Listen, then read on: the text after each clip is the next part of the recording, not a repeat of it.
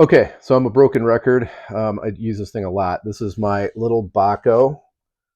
It has a little scabbard, and it has a bit of an angle. This is a carbide blade, has a triangle shape, and so you can drag it, and it's very stable. It doesn't twist, and so it's really good at doing jobs like this. And if I get my close-up glasses going, I can use the corners to kind of pick out these pockets. These are kind of stuck in the grain, so I'm going to have to dig those out and fill them so I don't have white spots in my finish when I'm done. So one thing of note, there's going to be these ones that kind of sit on the surface, but there's going to be other ones that you have to go in and dig them out. You can hear, I'm going to put my microphone close.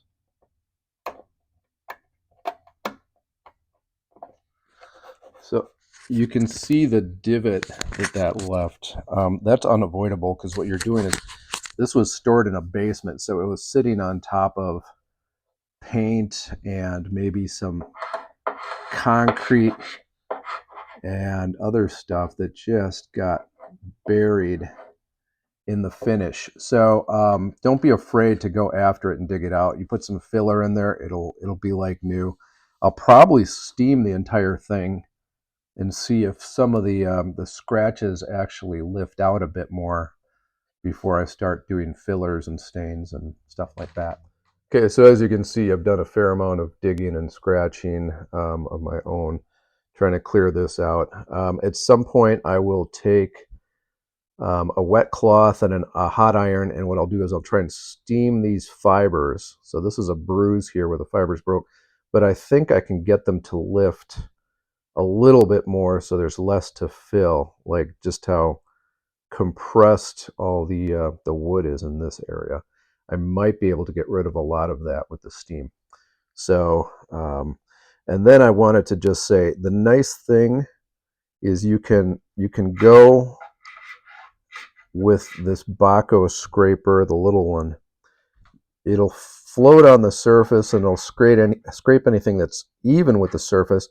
But if you need to, you can go in with one corner, or depending on which way the grain is angled, you may go with the other corner. And it basically, it has this metal contour here, so it sits on your thumb. It's easy to balance, and then you just position it and give it a little bit of yank, and you can pop these spots that are kind of filled in with material.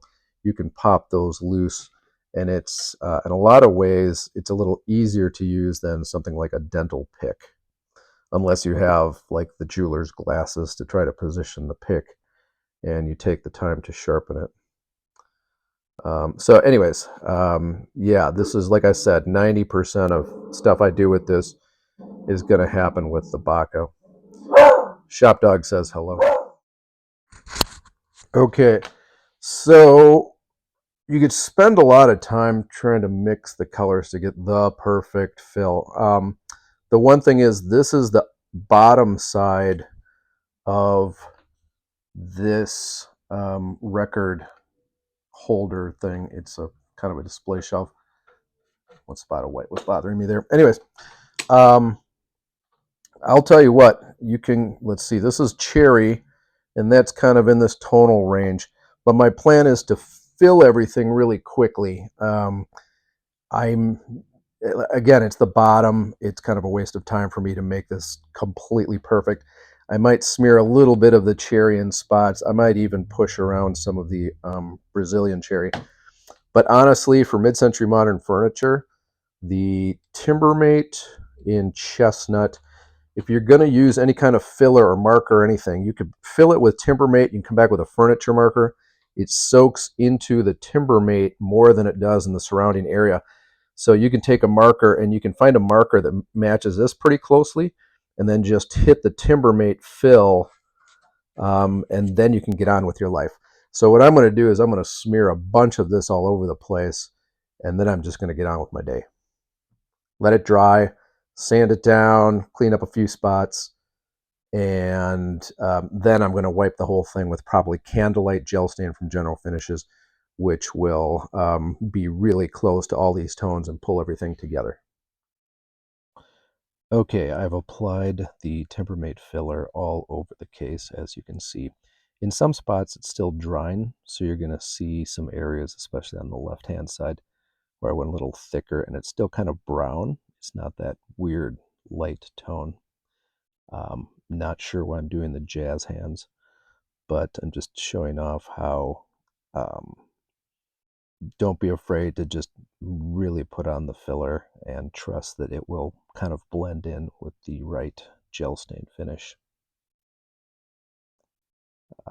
There was a lot of, I think that was the side that was sitting down, so there was more damage on that side of the case.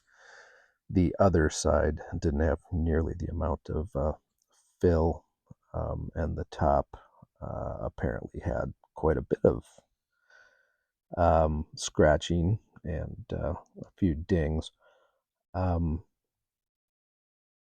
Yeah, the top is a place where there are a lot of even cross grain scratches, um, but I don't know. I never steamed the surface to um, bring out the scratches. I just went ahead and did the Timbermate.